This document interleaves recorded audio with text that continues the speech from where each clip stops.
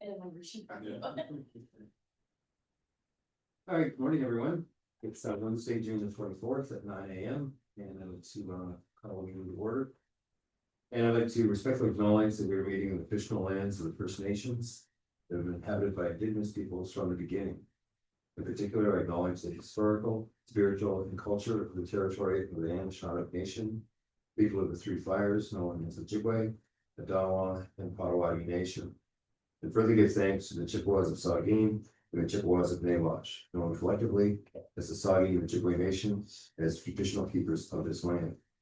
We recognize and deeply appreciate the historic connection to this area, as well as the contributions of the Métis, Inuit, and other Indigenous peoples whose ancestors share these lands and waters. May we live with respect for each other on this land and live in peace and friendship with all its diverse peoples. Just before we move on to the approval of the agenda, the last few weeks have been very difficult for policing in Canada, as we have lost 3 members in the line of duty, and they were actually the line of duty deaths on. And 3 other members have been shot, severely injured during these incidents. I asked that we could all stand in a moment of silence and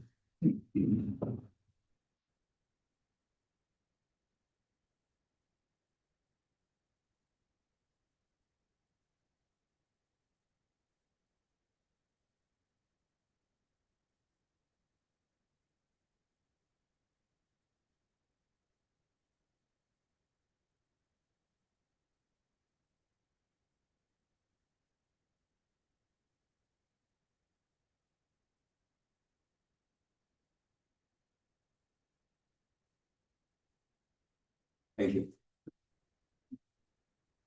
That is the end of OPP Constable Tim Sally, Police Constable Mark Pinzotto, and City of Point Royal Police Constable Mohammed and David Dolan. Thank you. Move on to approval of the agenda. I have a motion for that, please. Fine, thank you. Second. Thank you. All in favor? Great. Any declaration of conflict of interest arising out of the minutes and matters listed on the agenda? None. This morning, there was a presentation from Francesca Dobbin, Executive Director of United Way, Bruce Gray, on local service navigation. So thank you so much for letting me attend with kind of what I felt was short notice in terms of coming and chatting with you. And I've kind of outlined a bit of a chat that I'll go over some remarks, and then I'm hoping we can have a conversation. And we've been doing a lot. And when I say we in this context, so I'm the Executive Director of the United Way. I've been here for 22 years in that position. We have our office is downtown Owen Sound at corner of 9th Street. So we're in the downtown. And we, of course, run the Poverty Task Force. I'm co-chair of the SOS Project. So we've been in this work for a long time. And we've been doing a lot of listening. We've been doing a lot of listening to meetings such as this. We've been listening to city council conversations. We're members of the Chamber of Commerce, certainly members of the River District by geography. And people are concerned. We're concerned about safety. They're concerned about open drug use. We're all very concerned about homelessness. And we're concerned about what is happening downtown. And that's all real because those things are real. And we want to acknowledge that it's real and how people feel about it is real. But before we can talk about solutions, can we make sure we're talking about the same problem? So when people say, oh, we have a problem downtown, what is the problem? What are we talking about? Are we talking about people who are living with disabilities? Are we strictly talking about homelessness? Are we strictly talking about those with addictions? People who have untreated, unmanaged mental health issues. Is it a senior that simply cannot afford housing in our community? Is it someone who's lost housing because of a relationship breakdown? Or they just simply can't afford rent, or they become unhoused due to a fire? So when we talk about them, we want to talk about who.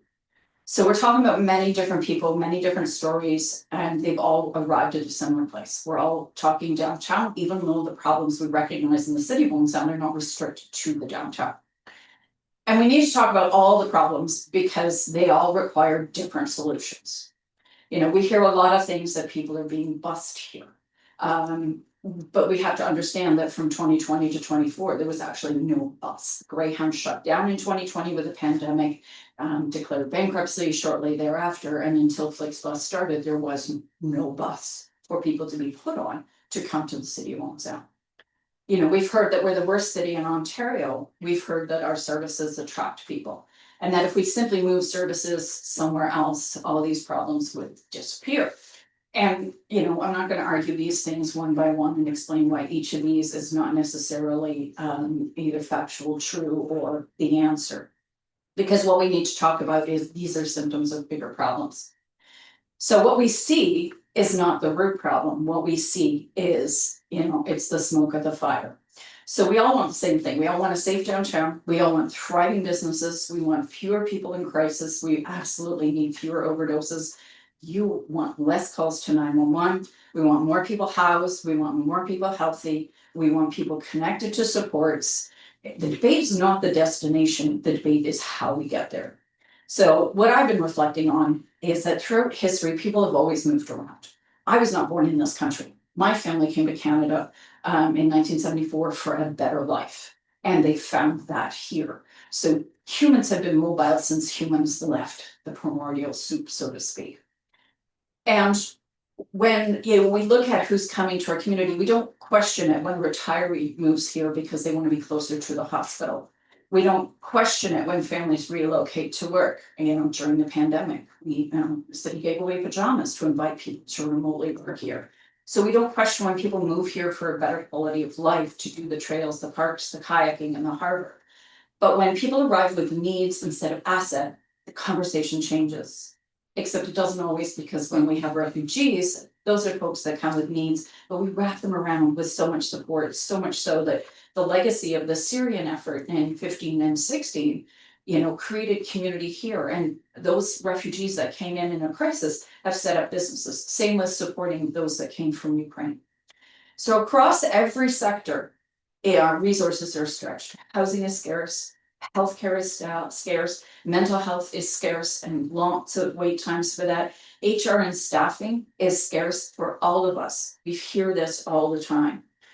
Time feels scarce. There's no time to get to these issues because when you're firefighting the issues, it's hard to get upstream on, as they say. Funding feels scarce. We talked about the NRT team, the neighborhood response team, running in the winter, and wouldn't it have been great to have it in the summer, except the funding was between, whatever it was, September to March, and that's what we have to run with.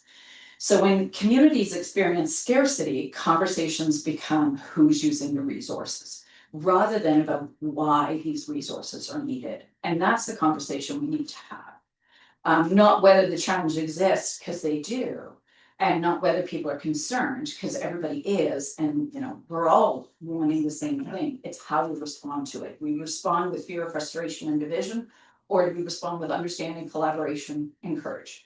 Because ultimately, the people we see in the downtown are not separate from our community. They are our community. Many went to school here. Many had jobs here. Families are here. Sometimes that's why they come back to our community, because they have family here. And unfortunately, policing is often that system that receives the call the most, because that's who's still on at 3 a.m. That's who you can always call. Our office is closed. Right now, Grey County, that building is shut down due to an electrical issue. But you know what? If you call 911, there's always somebody there that you can talk to. You can also call 211, just to say that. These are all community challenges. They all require community solutions. So our hope is we can have a bit of a conversation and move forward on a healthier, stronger community for everyone, understanding how the systems work, how that navigation works, and understanding who we're talking about and how do we move forward, because we all actually have the same goal in the end. What we just don't necessarily have a plan for is how to get there. So I'm happy to answer any questions around the services and the systems in the city, in the surrounding area, around the concerns that the police board has expressed over time. I can speak for the United Way. I can't speak on behalf of CMHA and all the other organizations, but I can tell you what I know that they're up to and what programs are out there. Any questions for Justin? There's just one where you talked about the NRT. And I understand that that funding was provided by Health Canada. Through the Canada, down through the savings center. Yes. Just to clarify, because I called up that I was wrong saying that. Yeah. And the hope was that the value of the NRT would demonstrate that it was worth investing in. But now the conversation becomes, whose budget would support this going forward? And then just one other question. So this ran from October, November of 2025. Yeah. To April of 2026. Is there any report coming out whether it was successful or? I believe Annette's presenting to city council on that in the near future. On the success of that program, and I do know reports are being written, you know, the number of calls. We connected our 211 system, so 211 is the United Way initiative. To that program so that during their on-street hours, you could call their cell phone, and after hours, you call 211. They would log what the concern was. So if there was a grocery cart left in front of somebody's store, the NRT team would come on in the morning. There'd be iPad or something with a call log. They would be able to go and move that grocery cart from that place. I know we alerted them a couple times on Ninth Street where our office is, oh, hey guys, there's a grocery cart that seems to be abandoned, somebody's left it. And they would pop by and bring it to a location to see if they could figure out who it belongs to. But the grocery cart belongs to. The contents of the grocery, yeah, it would be the contents of who's using it and then repatriate the grocery cart back to the appropriate store. Can you just run through for me the operation of the SOS team? So the SOS team is a collaborative. It is run through Grey County, funded by multiple provincial and federal grants. That's a Kevin thing. And so we have a nurse practitioner. We have 2 mental health and addiction counselors, 2 to 3 peer support workers, so people with lived experience, and a social navigator. It operates 7 days a week, but we don't always have everybody on 7 days a week. We're trying to do 24/7? No, it runs basically 8 till 6. It covers all of Grey County. So it can be outside the cities. So you're talking AM, AM 6 PM. Yeah, AM, yeah, 8 AM to 6 PM. There's a cell phone that's carried by somebody at all times between those hours, generally as a paramedic. It's the other person that's on the team, it's the paramedic. There are 3 vehicles associated with it. There's a pretty huge medical van that's there. We have an ambulance, and then we have a transit van that we use to transport stuff. Their focus is people who are unhoused, people with addiction issues, and human trafficking. Because those are very much interrelated. They will back up paramedics going to an overdose call. They generally, if there's bystanders or others involved in that overdose, you know, the 911 paramedics are looking after the person with the medical issues, but they're then talking to the other people around it. That all depends on availability. If they're in Meaford and the overdose is in, you know, Markdale, they're not going. You know, it just depends, because it's one team and one. So what the social navigator piece, who is the United Way employee on the project, is then, you know, so we take, let's pick on Carol, because I'm sitting beside her. And Carol's, you know, I need addiction treatment. We can start that because the nurse practitioner is there. We have Joe's people with agonist therapy under trees, out in the community in the moment. If they can't get to the wellness center, if there's no bed available to the wellness center, we can start in community treatment right then, right there. But then we now need to connect her to housing, and maybe, you know, she has the last time she went to the food bank, she was angry because she got a can of expired beans and the date was bad, and that felt like she wasn't worthy of good food, so she yelled at the food bank. So we need to rebuild that relationship so that she can go back to the food bank. She may need ID because her ID has been stolen. Maybe she's been trafficked and her trafficker has kept her ID. That way she can't access supports without the trafficker being aware. So we do a replacement ID.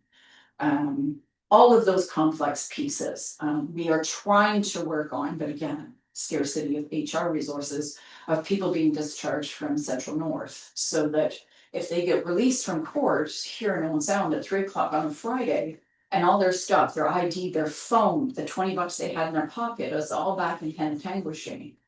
How do we get that back to them? And we can do that now. We've developed a relationship with Central North. It can take a few weeks. And in the meantime, what do we do? In terms of people who are new to the community or have been released from the court but are not from the community, we work with Grey County to repatriate them back to their community if they just been released from the court. Okay, we need to get a cab. Can we put them on a FlixBus? You can't access either Bruce or Grey County's short-term shelter program unless you've been connected to the community for at least 6 months. So we had people who've heard that we use motels rather than shelters, like building shelters, and shelters can be dangerous, and they've driven up because they have a car from Cambridge and said, oh, I'd like to access your motel program because that seems a lot nicer than living in congregate living, and then we as a couple can live together. And like, I go back. You are not allowed to access that program. And so there is a lot of movement of people, and we do send people back. They can't go into motel if they're not from the area. And we certainly have people who've come here for treatment, found community here, have been successful in that treatment, and are now working and employed. I've had conversations with people who have come up for treatment, have managed to attain sobriety, have gotten a job, done some extra college, university work. And, I had a conversation with a woman who drove back to Toronto to visit family. And she said, as soon as I got in the city, I just wanted to use because that was my environment. I've talked to smokers who quit smoking, but the second they walk in a bar, oh yeah, I just sit here and smoke and drink beer. Now I want a cigarette. And it's like, that's the addiction talking, because it's the environment. And they don't want to go back to that environment. And this person said to me, I know I can never go back to the city because as soon as I hit the edge and the smell of Toronto just triggers, that's what I do when I'm in Toronto. I use, not going back. So when people are mobile and supporting them, and then they can integrate into the community. So initially though, the call comes from Family members, it can come from business owners. We got a call in our office at the United Way of somebody who was, they had a family member who was withdrawing, they just really wanted to quit. But they were medically not doing very, very well with it because they were trying to. and the individual themselves has to be at a point where they want help. Yeah, and a lot of them do want help. And it's in that moment, and I think that was something that was said at the city council meeting, was, when that person says, okay, enough is enough. We need to have the opportunity to say, okay, we'll drive you to the wellness center. If there's a bed, we will take you there. Ourselves, we can transport people in that moment and get them connected. We do drug checking with the SOS team. They have a scatter machine that they are licensed, and it's the only mobile drug checking. And what's important about that is, one, letting people know what's in their drugs so that they don't overdose. But the conversation while the machine is doing what it needs to do then becomes, use less, use different. Okay, this is dangerous. The street drugs are very dangerous. Okay, how do I start treatment? Because I don't want to live this life anymore. And then we can have that conversation and work on that. And the team has many, many successes with that. But addiction is, it's like trying to hold your breath. Your brain takes over, the drug takes over, the neurons take over. And that's part of what the drug treatment does, is it tells the neurons in your brain, nope, something else is sitting on it. So it blocks that opiate, and that's what methadone does as well. So it's very complex, and you have to change the circumstances around a person as well. So as much as you can put somebody on treatment, but if they're not housed, that's where housing first comes in. Transition house is really good for that as well, but there's only 14 units in it. Anyone else? Is the by means list just great? Now, the by names list is a Grey County, Bruce County list. And then within it, we can pull out the data of Grey County versus Bruce County, where they are. Who goes on? Anyone on Ontario? Well, our list is just Bruce Grey. And then, No, I don't mean your list, I mean the by names list. yeah, the by names list for Bruce and Grey County is just people in Bruce and Grey County. People are using by names list in other communities, but it's theirs, and I'm sure there's an aggregated who's sitting on it. I would, don't quote me on the data, because it's been a while since I've heard the most recent stats, but it's like 75 to 80% of the people are chronic. It's chronic homelessness. We have people who have episodic homelessness, people who've been rental evicted, people who've had a fire. There was a fire here in Owen Sound a couple of years ago. The fire department in the city found out that they had turned the building into multiple apartments without any permits. They were told they can't do that anymore, and someone, we had a senior who was homeless. Because they just simply didn't have the income to pay for housing that was available at the time. So they became homeless for living out behind stadiums for summer. I wanted to, back to some of the comments you made, Francesca. You're right, we all share the same goal. And I think that's our center point. We all share the same goal, but at the moment, there is a huge polarization in our community about how to reach those goals, or even agreeing what the goal or the issue is. That takes negative energy away from solution finding. So your other comment was, you know, what can we do? There are some who feel the issue belongs somewhere else. You mentioned this is local, it's our community, our people, our streets. So by coming here today, and thank you. We need to recognize that until we locally start to sit down together and address this from a local perspective, we have police services who have teams who go out. We have the navigation and the neighborhood navigation team.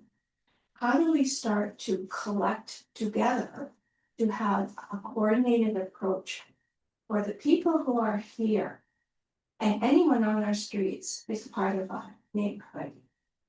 Whether they, you know, there is that myth about if they don't belong here, well, they're here, the services are here.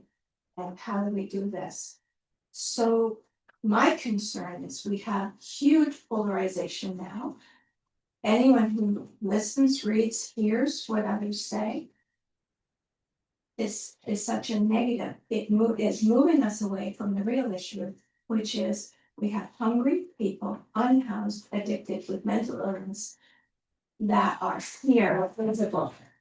What is the mechanism to bring us together to be able to start moving forward? Not finger pointing, but moving forward. So I look to you. You must have, I'm sure you're here. Well, thank you for bringing it forward.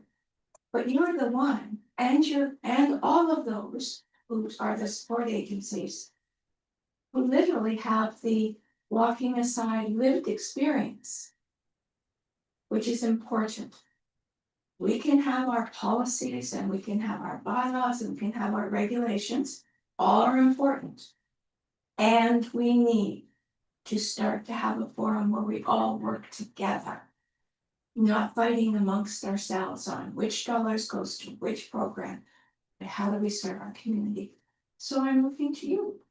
You know, if you had the opportunity to say police services board, this is what would help us, what would you say? So I think what we need to recognize is the complexity of the system. We have stayed in contact with Western University around the initial report they did on SOS 2 summers ago. Kevin and I are part of 2 further papers that are coming out around this. And the most recent paper, which is not yet published because it's in draft, really speaks to the complexity of we can do all of this and get this person to this state where, you know, they're treated, they're going to counseling, they're doing all the things they need to do to improve their lives. and there's no housing. There is nowhere to put them, there is not enough money. Like when you talk about somebody on Ontario Works who gets $390 for housing. That's what they get in terms of money. Their entire Ontario Works is $733. So before you can say, well, just go get a job. Well, how do you have a job in your house? I have people living in cars who are qualified to do jobs and are working jobs, but they're living in cars. And now they're looking for gas cards, price gas is so. So when we look at the complexity of all the things that interrelate, 2 or 3 times at the hospital every day, they have meetings about who can we move out of the hospital so we can move people in the ER into the beds. That's ridiculous. We also know that a lot of that is people need to go into long-term care. There's not enough beds in long-term care. So, you may be talking about an unhoused, addicted individual. And the challenge for that continuum is, an 87-year-old with Alzheimer's and, mobility issues that is at the hospital. And that's that continuum. So to, pull the community together and say, oh, what are we gonna do about this? When we don't look at the complexity of this system. We were talking a few years ago, preliminary, let me be very clear. The pondering of a safe consumption site, what would it look like in grey groups? How would you do a rural? And it was brainstorming. Let me be clear about it. We were brainstorming. It was coffee conversations before the provincial government turned around and shut them all down. You want to deal with open drug use, safe consumption sites is the solution. You want to deal with poverty, universal basic income is the solution. What we're missing is the political will to say, science says this is the solution. And science and research says those are the solutions. If we do not have the political will or the community interest in funding that, okay, then what? Well, I don't know, because this is the solution to those challenges. And it got shut down. So, we have mechanisms, we have planning tables, and I know Chief spoke to those planning tables, drug and alcohol strategy, poverty task force, the SOS team operations meets every other week. We talk about these things as the sector all the time. And I know from last year's conversation at this time of the year, we felt the board didn't realize everything that was going on. And you and I we met together and just went over, this is what we're doing. No agency has been mandated, tasked with, asked to deal with open drug use in this community. That's not Safe and Sound's job. Safe and Sound- Actually, I think that's a piece of it. Yeah, Please. that's a policing piece. But in terms of the social impact of, walking down the street and seeing somebody with a crack pipe and smoking crack and then, you're kind of smelling, got across the road. It happens. But nobody has said to any social agency, go fix this, because the fix is a safe consumption zone. And we're not allowed to do that anymore. So we don't have a solution for open drug use. The solution for open drug use is to stop doing it. In order to stop doing that, they have to have the will to stop doing that. And then, if people are checking out of life by getting, using substances because of trauma. And, when you deal with the substance use, you then have to deal with the trauma. Okay, thank you very much for coming, Francesca. I think there's a lot of things to discuss, and I'm not gonna solve them around this day, one day, or in a half an hour, but thank you for coming, appreciate that, and we'll talk again. Absolutely. Thank you for your time. All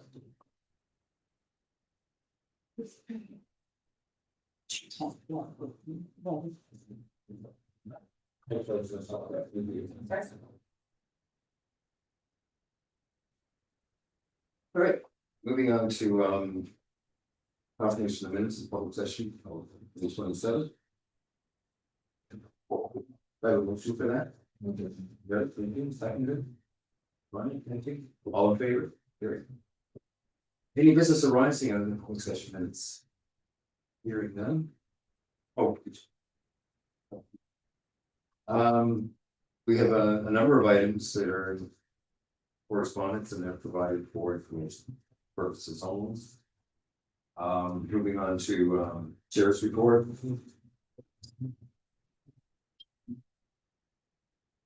The Police Governance of Ontario annual meeting and spring conference was held June 3rd, and members Kelly and O'Leary attended.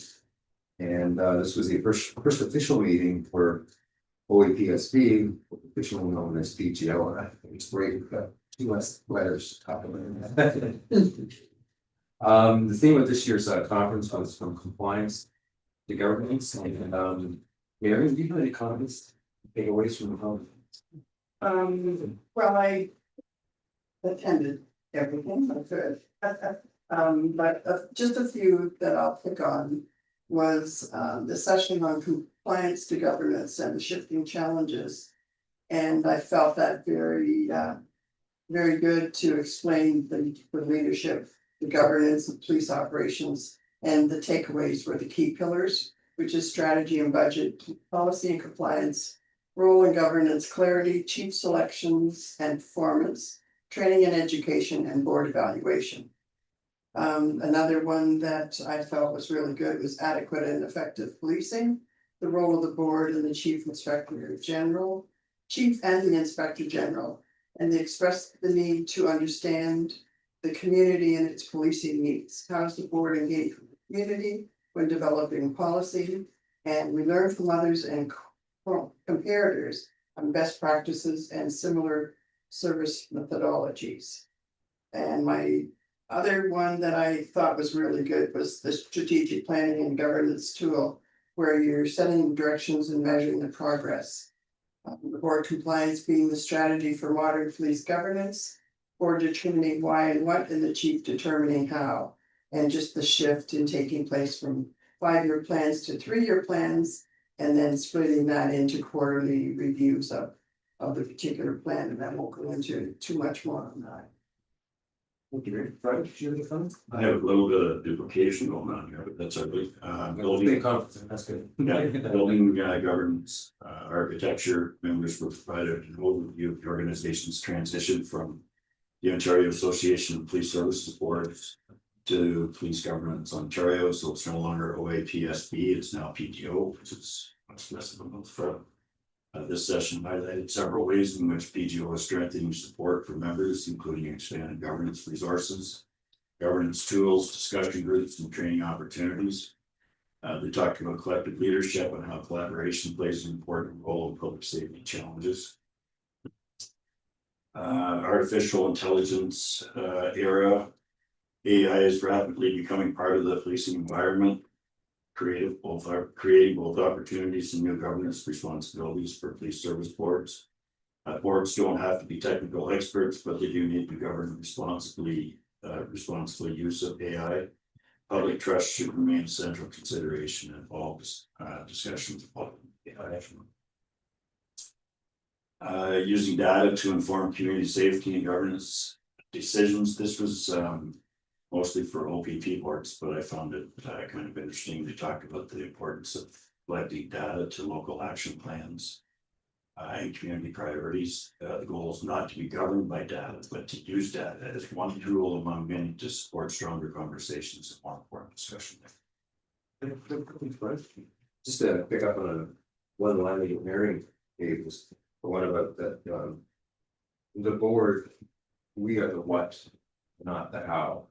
And just to define that a little bit better, the board is the what, they're responsible for developing policy, aligning governance policies, ensuring the board's oversight framework remains transparent, or legally robust, and the how is the chief's job to take that post. So I think that sets it out. So when somebody asks, what does the board do?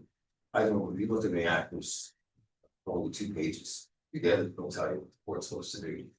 But I think we can go back to somebody and say, we are the what, not the how. That phrase, whatever.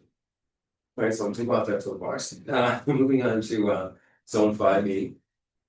On June 9th, members kept me, Dixon and Chief was my attendance zone 5 meeting was at Clinton. It was hosted by the Hero Attachment Board. The guest speaker was Jacqueline Massey, VP of Operations for Accident Support Services International. And they manage the accident claims process, which allows officers to go into policing job records and collecting reports. Accident Support Services, they started in 1994. They managed 16 reporting centers across Ontario, and on sound is included in that number. And actually, if you notice the signs in the parking lot, or you're not supposed to park, it's a reporting center. If you come inside the building, you go to the right in the vestibule, that's an office dedicated to. There's a recording center, it's not nearby, staff. Police, it's not police staff, but that's supported services. Yeah. I hate to say this, but I also had the opportunity to use the services recently. Fantastic job.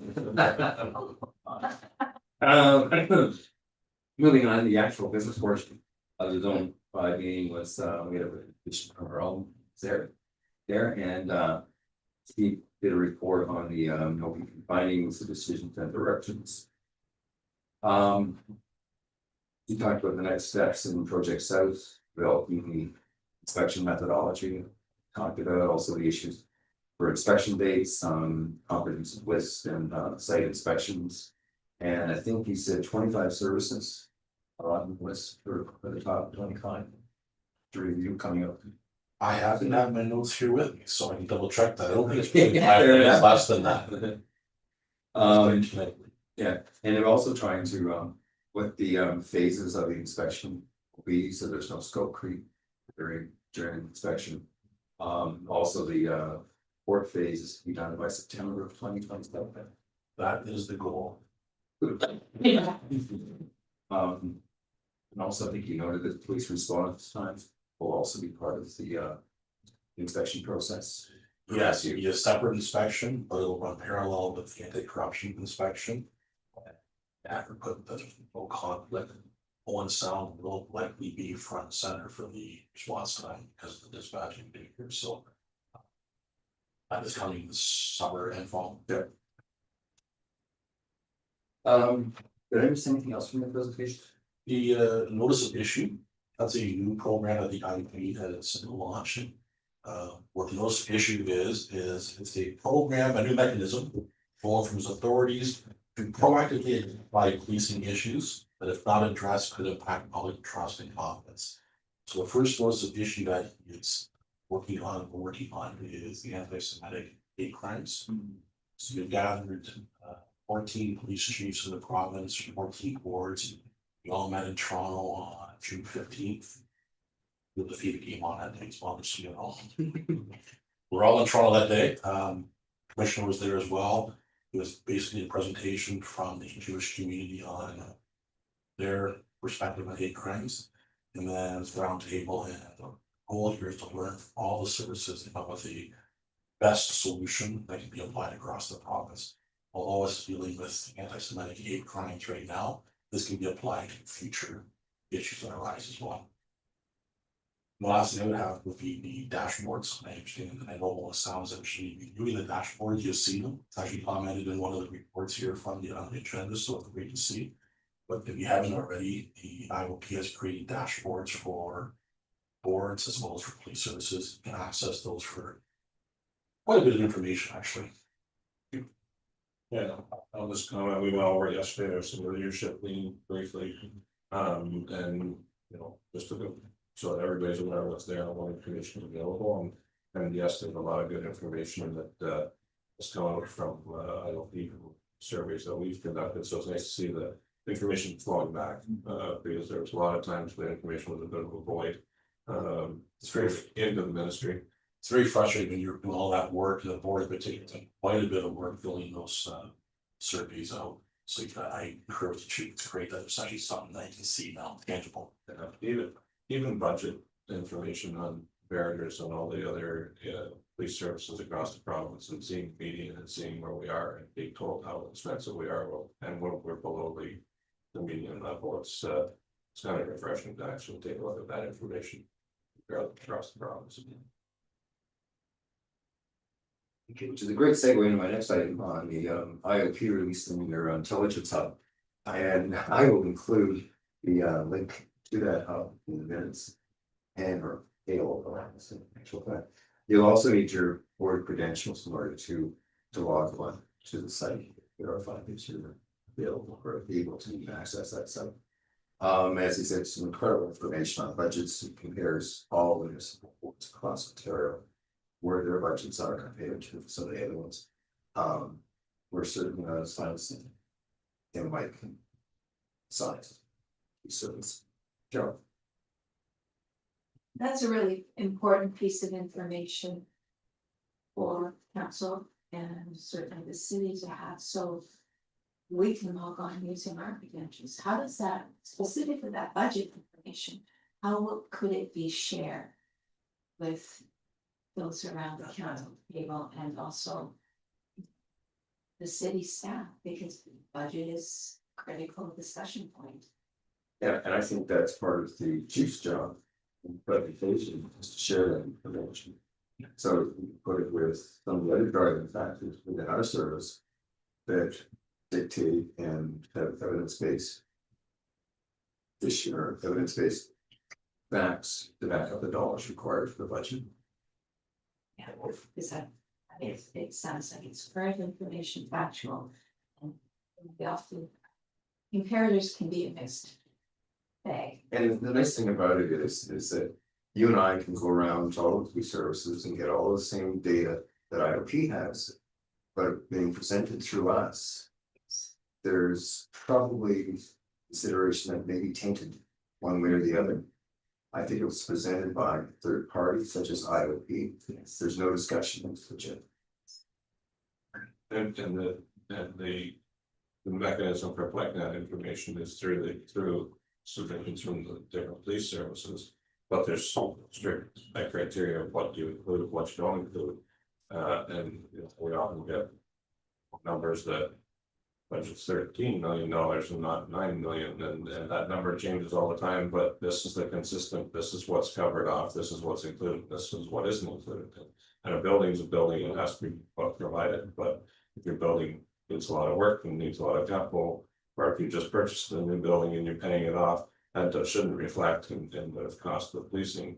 That should be listed as separate, so this way the information that they gather is consistent, that this is your operating budget, this is how much it costs to put boots on the ground and support those boots on the ground. So then it takes out that argument of all those other things that can get included in cost. It also takes out the revenue that we generate from our overall costs. All right, moving on to, and one other item that I almost missed. That was for June, there was the Special Olympic Search Fund. And I think Mary, didn't see you flipping burgers, but you were assembling. Yes, I was on the calendar too. Yes, I'm walking that, yeah. I just want to put a shout out to Mark Lowe, who coordinated on our behalf, and Jason Granny assisted as well, but all of our people that put a lot of effort, Amy does a lot of work on that as well, and everybody did a great job and it was well received. Thanks to the board for the turnout the way that, and you can see how important and how impactful it is on the Special Olympics athletes and their community and their friends and family, and it makes for a really good day. Mark actually coordinates the entire. Yes, Right. everywhere else, so that's both. And we added Garden this year, so it's Port Elgin, Garden, Hanover, Durham. And back here in Old Sound, so it was later then. We can never run, show up, run. Yeah. It's down 7 burgers and it's still flying at it. That's the fellow, I don't know if he's a police officer or a civilian, that was kind of organizing things. So there were a few. Tell me his first name. Yeah, remember that there's an individual there that represents law enforcement for Special Olympics. And he goes around to all the different events. I'm drawing a blank right now. This person was, where he cooked somewhere or something. Oh, was it working the barbecue? And Tom Sullivan was there. He had retired, one of our retired sergeants, and it was very Craig. Some whiskey. No, so Craig, it was the other guy that was handing out food. Anyways, he was a bit. Adam Blunt. Adam, yes, he was very well organized, and he said, because he's done these things before. If you stick to this job and you stick to this job, and he just made everything flow, and I thought did a great job. And he's one of our IT. Yeah, that's what I was trying to, yeah. Yeah, know everybody that went together. It was an early morning and did each of the loops and then came back and walked the hill up to OSPSB and by the time everybody got there, it was like clockwork. Everybody was fed and out of there all times. Excellent.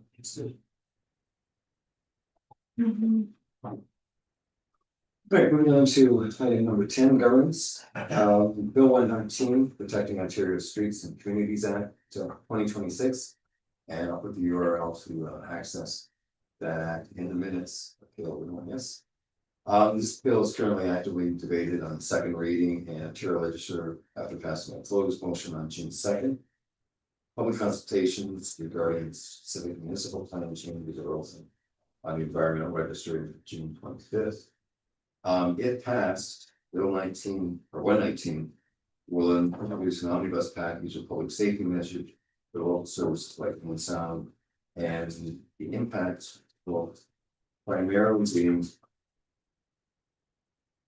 around the enforcement of new enforcement tools, streamlined administration with capabilities, and expanded areas of oversight.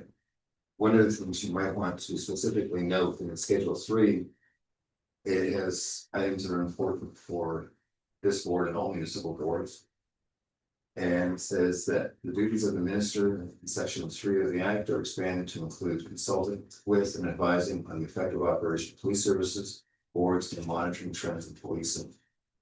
A new section 3.1 is to be added to the CSPA to administer the power to issue directives to police service boards, establishing priorities. Board must reflect the strategic plan. Section 22 will be amended to allow the minister to require the inspector general to investigate and report on whether appropriate arrangements have been made for the provision of adequate, effective policing to the budgets, and if an arrangement were to be approved by the minister under that section. A similar existing power in subsection 30.3 is amended to allow the minister to require the inspector general to investigate and report rather than ask for an investigation. And section 44, which is the closed meeting, will be amended to provide meetings of police service boards and or committees of the board are also closed, prescribed first. Duty confidentiality is section 40.4 after the expanded to apply to any person who attends a meeting or part of the meeting is closed to the public. And do you have anything to add on? I don't, I'm still learning this all about the. There's quite a few there. There are. So, I just highlighted the ones that. yeah, that's more relevant for sure. Okay, any questions on that? Move on to operational reports, and this will go to. Actually, no, you. You're reading the flag. So maybe the first time today. Welcome back. Much with their vacation, so going through the criminal investigations branch, got compliance and policing report. Charge related after an investigation into an allegation of sexual assault was brought forth by the work with the escort city. There was a incident in May of a stabbing in the downtown core. The accused stabbed the victim known to them during a fortunate dispute. There were significant injuries, but not life threatening or altering, and they were charged and remanded into custody. Members assisted in executing a search warrant on sound residence in relation to possession of child sexual abuse material. Investigation continuing reveal repeat child exploitation. Assisted a missing person investigation involving a person not been seen since October 2025. They were located on part of the Greater Toronto area. Mental health responses there, you see they responded to 30 incidents. We had our first, unfortunately, suspected opioid poisoning, drug toxicity death here, and the bail compliance foreign apprehension unit investigated assault resulting in serious injuries to the victim required surgery. That was included in the charges being made. They also executed warrants on individuals wanted in connection with theft related offenses across multiple jurisdictions. They're believed to be associated with organized theft or any charges relating to from custody, pending further court proceedings. Organized retail theft is a huge issue and problem that's becoming more and more pervasive throughout the province, and there's more investigations going on for that type of thing. Our community oriented response unit and enforcement unit, they conducted an enforcement and outreach initiative targeting drug use to the River District. Operation addressed ongoing community concerns related to blatant drug use in the community. 8 individuals were arrested and a total of 10 criminal charges related. Fentanyl and methamphetamine were seized. Community outreach, they also participated in the wheel and ride event in the River District, and a number of working closely with a number of other communities and municipal bylaw to address an issue of abandoned grocery carts through the city and facilitate those returns. That's it. So, if there are any questions from the CID report.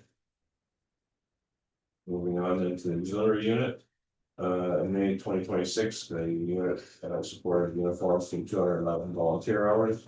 One member assisted significantly with the immediate rapid deployment portion of block training and volunteered 16 hours. Assist with that training. And that was much appreciated assistance that he provided, even time off work and things assist with that. So, yeah, a thing for him as well. Partnered with CSO and participated with the Ontario Students Against Impaired Driving event at the high school, where a member stopped student vehicles leading the parking lot to educate on impaired driving, highway safety, and the highway traffic act violations. They participated in the Wheel and Ride Festival bike programs as well downtown. The River District Kiwanis Club, Optimist Club, and Pullen Sound District Junior Office and the City Center. On from auxiliary, frontline patrol and collisions. Just before it goes in the minutes, it says the following report highlights collision statistics for April 2026. Oh, okay. So that where it was right. All right. And so from May of 2026, there were 95 traffic act violations, up slightly. Criminal code we're down slightly, and I think we're gonna hopefully see that trending a little bit more. Because of the pre-charge consultation process and the recorded cautions have gone up. So we kind of see that change in that fluctuation of numbers as we move forward. Our foot patrol hours went up slightly, and our court security hours continue to be filled with our part-time officers. There were 11 ride checks conducted, 10 hours in total. 325 drivers checks and 5 road tests, and there were 5 impaired drivers charged during 2026. Collision statistics were fairly consistent with other April and last May as well.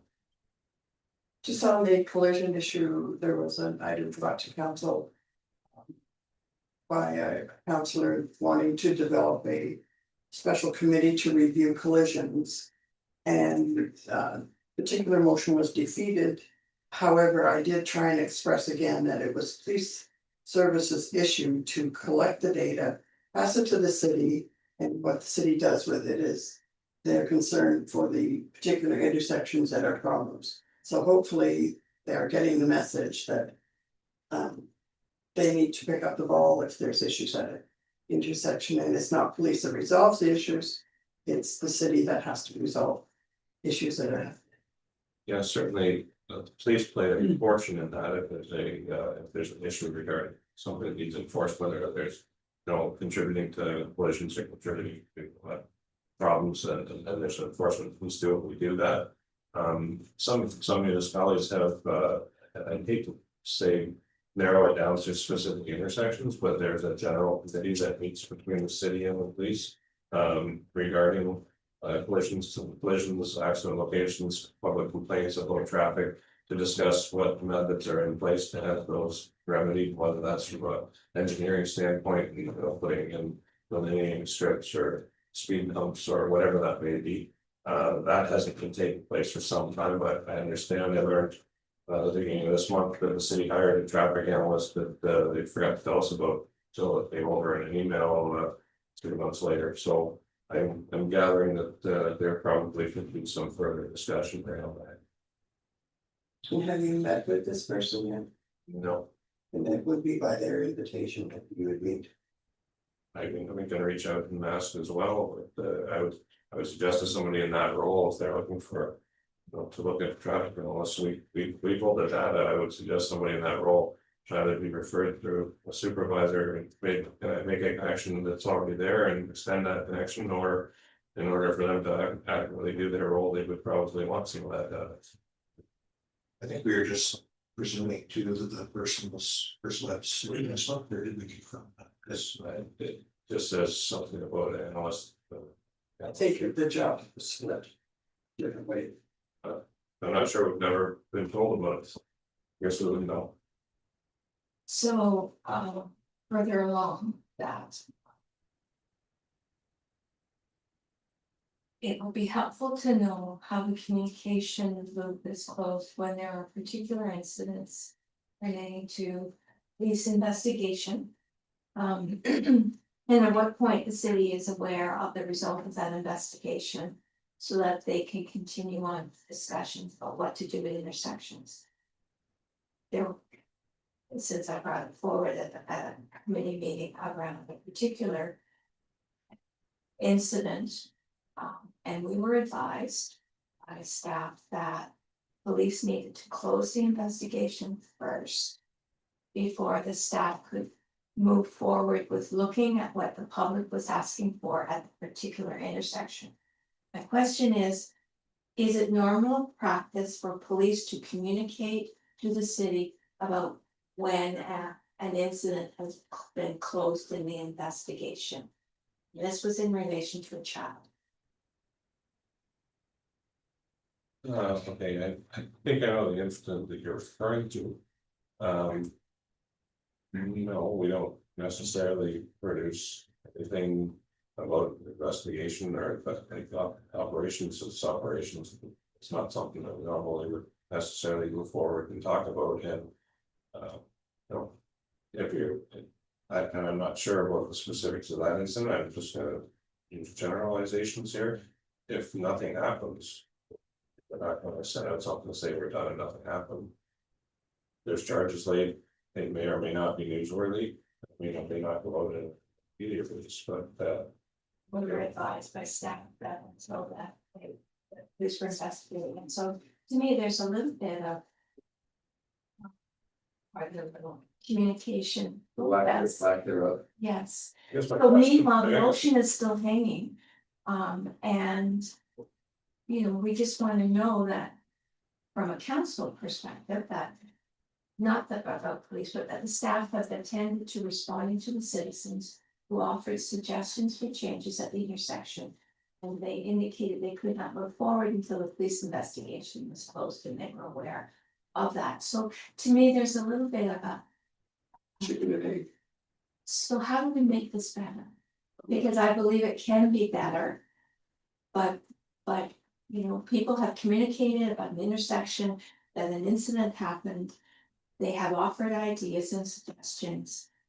We were advised at the committee meeting that, you know, it was pending a police investigation. Until that investigation was completed, they would be holding. So who tells them when the investigation is? I guess my question and my confusion, and I'll defer to the other people with policing experience in the room, is what does it matter whether the police investigation is complete or not? There's nothing in legislation that I'm aware of that would create an issue with them moving forward. Regardless, if there are proper engineered solutions to look at an issue, this is a reason why that type of system is set up in many municipalities where there's police representation that we on a regular basis to discuss traffic issues. Because then the information would flow back, but I don't know that there's anything that precludes moving forward without information from the police. And Dave can comment on that. Would there be any comment? I mean, the report's done within a day or two of the collision. Report is It's that gap of someone assuming they have to wait for something to finish. How do we move this forward? Do we need a motion to have a meeting? How do we move it forward? My thinking would be that if an issue is recognized at an intersection, the police have given the data. That the collision has happened and how it was caused, etc. The city then needs to pick that up. Whether it's staff or the committee that deals with it, and then initiate a conversation with police saying.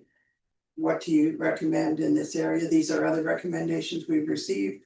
And to me, that's where it needs to start. And the response when that was asked for was that, well, the police are doing their investigation and pending the results of that. So I agree. And there's a bit of a speed bump. So how do we move this forward? How can we move it forward? Because it is a concern. And Didn't you just say that you have a committee that talks about these things? And No, I said most municipalities have talked about these things. so we don't. I'm not invited to. And the other question is, how does whoever this person is, how do they know that there's police investigation? On incident, you don't know. About this. I know the incident we're talking about, quite any details. I think there was some, discussion on back and forth with the city on that. Something like verifying. And they know exactly that it's resolved, yeah, and they know it's resolved. I think it should go back to the person that's responsible or the group that's responsible for traffic intersections, design, engineering, etc. And that's not this time. I think that goes back to the city. If they need to move forward with it, then they should, then it goes back to the city. the motion is for it to be followed through, but then council has to give staff direction to bring back the report. And that motion will come forward. So we have a motion around the crash test analysis that did not move forward, that was defeated. We have a traffic committee that may potentially in the past met, but isn't meeting now. We have someone at the city who's involved in traffic management. And so there's a disconnect with communication from my perspective. So I think the request probably needs, as you say, Mary, go back to city and say, Committee can initiate it. I don't think we need a motion at this stage. no, and certainly it's important that we move forward with this because this is a prime example of the gap when it comes to something as important as, yes, thank you. Sorry. I was just gonna say, there's a quarterly, fairly extensive collision report. It's done in conjunction with accidents and work services that we use and I sent one last October and I connected to Inspector Matheson to make sure that he was getting forward to the city. So at least quarterly, they're getting very extensive DPH. Information's flowing there. And that Yeah. quarterly report, then Tons of graphs, things.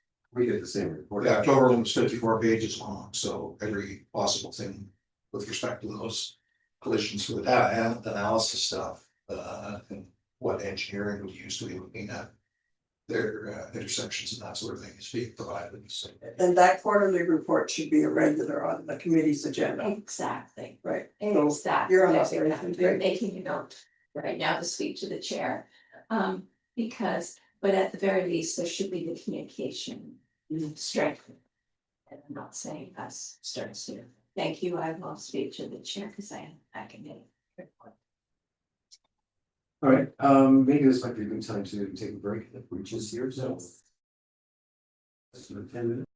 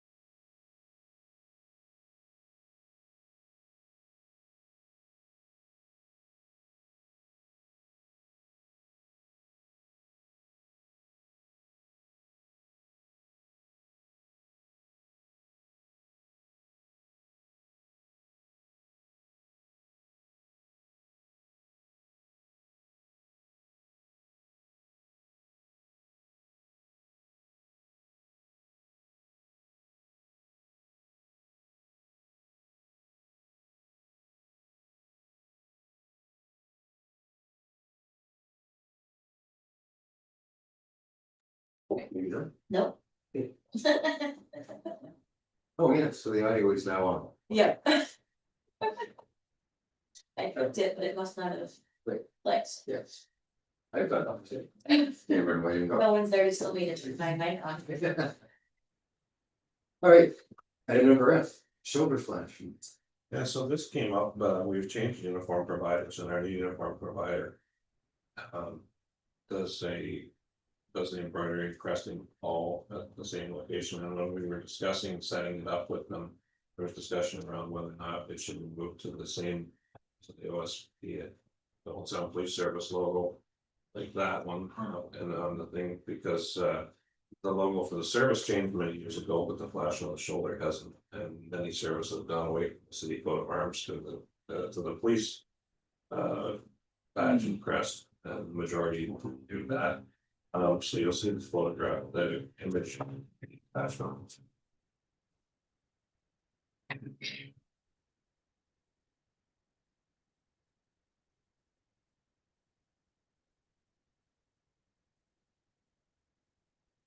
So, the protocol is that we update the current shoulder flash design so it reflects the police service crest. It's used on all of our arms, the lines with the services established crest and overall branding. I think from the services are moving away from the municipal symbols.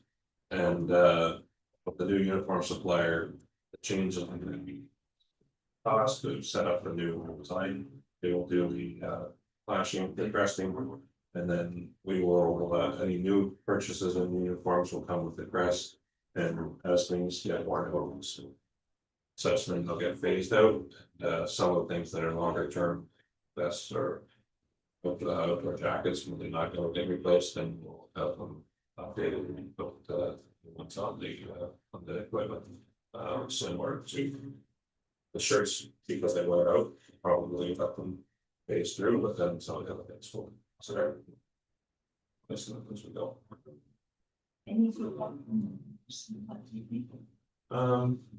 No, other than the fact that this is a very old design, and that it doesn't reflect the branding or anything that we have, so. So. Hopefully, by the time it was updated, I'm not sure why it didn't get changed when they designed the new logo, but. It's something that should make for consistent branding. I think it's great. Coat of arms is so. Out of date, Well, yes. the city doesn't hardly use it anymore. Why not make it a change of everything? Like that, Just simply because. We could do that. but is it a matter of replacing that whole shirt? Or just taking the flashing off and? It would be taking the flashes off any, well, I mean, that's when you're gonna look every morning, so. You know, what shirts, and find a place in that, and someone put them in, put it to it, you just get a new one, so there's probably. But also what's the cost associated with taking them off and having some sort of, so. It's not a huge cost per, but somebody that does it very reasonably, I'm not sure they can go up with it, but we can certainly. You move quicker or slower, but it's up to what you want. I'd like to see it. I've gone through two changes on service. They did it over time because I made it perfect. Yes, the two officers show up, and then showing flashes. Some information there, but that's my plan. So I get shirts. Yes, the person that does a great job, but I don't think you inundated, but it would be nicer to see it over a short period of time, just for the, yes, our brand. I probably think if two officers showed up. Who's standing behind me, bracelets, I'm not gonna let them show us.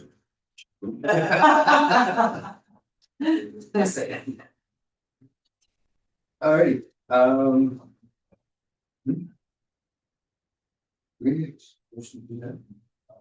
Operations. All right, we can go over those. Fine. I'd say it's more political. Yeah.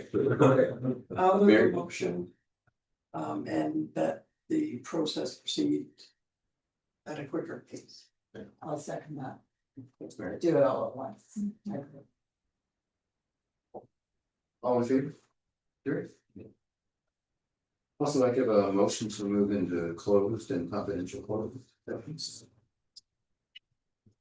Moved by myself and seconded by Marion Kepke, that the board move into closed section and upon termination of the closed session, the board move into confidential closed session. These meetings are to review and discuss matters that fall under section 44, item 2 of the Community Safety and Police Act and section 25, item B of the OSPSB General Policy 003 Board Governance to consider A, educational or training sessions, B, a position, plan, procedure, criteria, or instruction to be applied to any negotiations carried on or to be carried on by or on behalf of the board.